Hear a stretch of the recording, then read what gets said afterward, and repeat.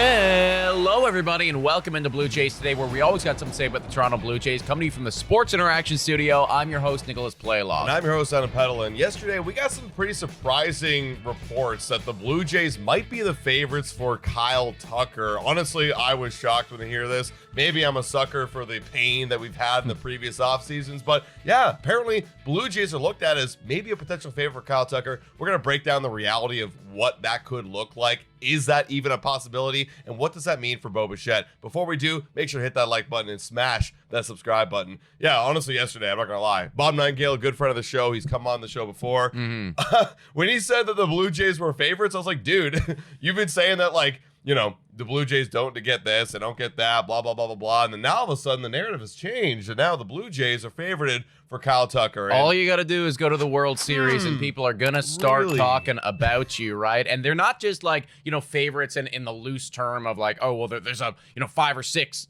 teams that are favorited right now to get Kyle Tucker. There's really only 3 squads that people are looking at and thinking this is where he's going to go. And this is not just Bob Nightingale's opinion. This is what he's getting from MLB GMs. And if anyone should know about this type of stuff, it is them. They are predicting that Kyle Tucker is going to sign with one of the Yankees. Of course. That's in my opinion the favorite, right? He's the perfect fit over there. Could be, right? But then you could also make a very strong argument with the Toronto Blue Jays, and then of course arguments can be made, and they can always be made for the LA Dodgers. And those are the 3 teams apparently that MLB GMs have been floating to Bob Nightingale and saying Kyle Tucker is going to sign with one of these 3 squads right there. So honestly, I mean, great spot for the Jays to find themselves in. We're amongst the big boys. We are amongst the big boys right now. And yeah, when I did hear this, like, I always knew that, okay, like, Jays will probably get linked to Kyle Tucker and everything like that. Yeah. But this is certainly, I guess, more smoke to this fire than I expected, especially this early on in the free agency. Yeah. I guess just all of the ongoings. Yeah, I mean, yeah, you in the World Series, you're amongst the big boys. And, like, it's kind of crazy to even consider ourselves amongst the big boys now, like, amongst the big players. Because, yeah, obviously everyone knows Yankees, Dodgers, those are always the guys that are going to be going in for a guy like Kyle Tucker. But, yeah, Blue Jays are right there. I mean, when you think about their payroll, even Bob Nightingale talked about it. They added about $50 million worth of revenue. Why not throw that right back into the team and reinvest it when you know that the train's rolling right now on the Toronto Blue Jays? So, and even the Vegas. I mean, now there's a lot of controversy around Vegas right now with baseball. But yeah, even Vegas predicts that the Blue Jays could be the favorites as Rob Wong, shout out to our guy Rob Wong, saying if you buy into this kind of stuff, Bet Online has the Blue Jays as favorites to sign Kyle Tucker at plus 300. Dodgers second at plus 350.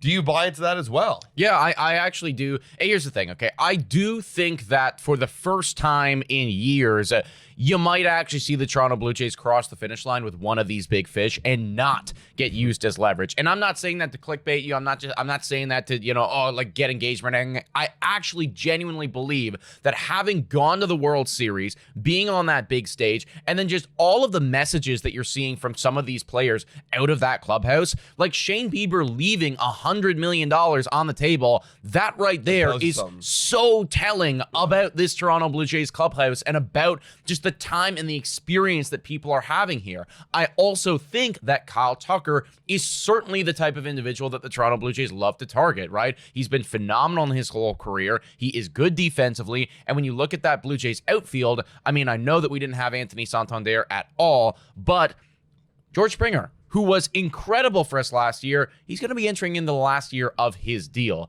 So maybe an argument could be made that, well, Kyle Tucker is available right now. He can be that veteran outfielder for you. Same system as George Springer. Grew up in the same system over there in Houston, so certainly knows a thing or two about winning World Series and coming up clutch in the big moments. Potentially, we could be a year early with the George Springer replacement and go and get somebody like Kyle Tucker. Honestly, it does make a lot of sense. You bring up a lot of great points with the contact. He would fit right into this Blue Jays team and the fielding. I know, like, last year wasn't that great, but, like, he has, in a normal year, been phenomenal. I mean, prior years he's been kind of meh, but I guarantee under our system he'd be absolutely phenomenal. And yeah, year in and year out, this guy's a consistent force. This is honestly what George Springer kind of was to the Blue Jays back in 2020 or 2021 when they initially signed him. I mean, every single year, all-star, MVP caliber, can't come up with the big moments. Now, a guy like that nowadays is going to cost you an arm and a leg. And there's no doubt about it. George Springer, $150 million, that's one thing. Maybe at the time it was a lot, but that's one thing. But nowadays, Kyle Tucker is going to cost you a lot of money. That is something the Blue Jays do got to consider. Right now, you got this report right here by ESPN. Jeff Passan really praises the person that made this article, saying they make a lot of great predictions. They know a great understanding of the market.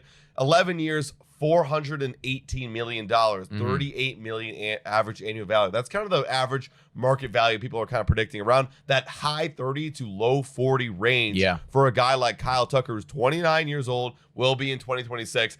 That's a lot of money. And when you're thinking about the Blue Jays perspective, I know a lot of people in the comments, we've already seen a lot of comments about this. First things first, guys, what are you talking about? Just go get Bo Bichette. Bo Bichette isn't as valuable as Kyle Tucker. I mean, no offense to Bo Bichette.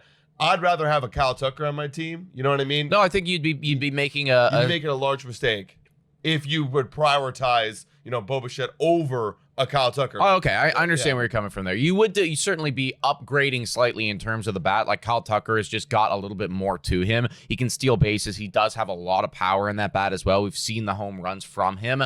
The money is certainly a concern, but it's not necessarily a concern of mine because it's not my money, and I love spending Edward Rogers' money. Yay. I also think as well, like this team is not shied away from going out and getting the big fish.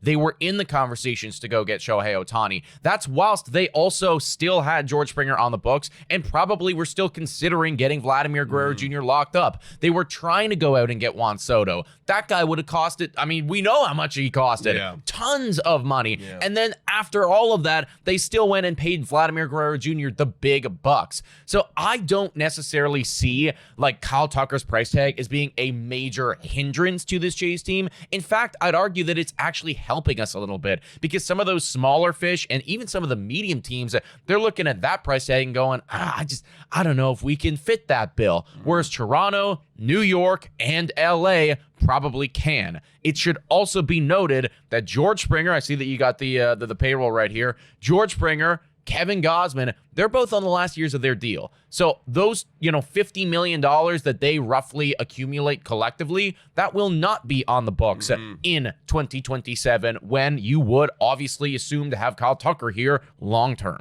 Now, granted, you obviously want to consider, let's say that they go and replace a starting pitcher with the caliber of like Kevin Gausman. Like you kind of want to do that. Obviously, you need to have that kind of rock solid veteran ace in your rotation. But the point is, guys, like next year we're projected to have $226 million on the payroll. That's with arbitration included. Let's say you go with Kyle Tucker, that's $40 million. Okay, now you're up to 266, right? Okay, we're right around a little bit more than we were last year. And then you got to go get some other guys. I really do believe with that $50 million that Bob Nightingale is saying that we've earned, we could go spend $300 million this year. And I'm not a big finance guy. Don't look at me like I'm a big finance guy. I know what I'm talking about. But like I could see easily the Blue Jays spending $300 million with the success they had last year and having zero problems going and paying that off. Like you can go get a Kyle Tucker. And my point being, after this long conversation, you could also go get Bo Bichette if you really wanted to in a crazy reality, because Bo Bichette's going to cost you 25, 30. It's not like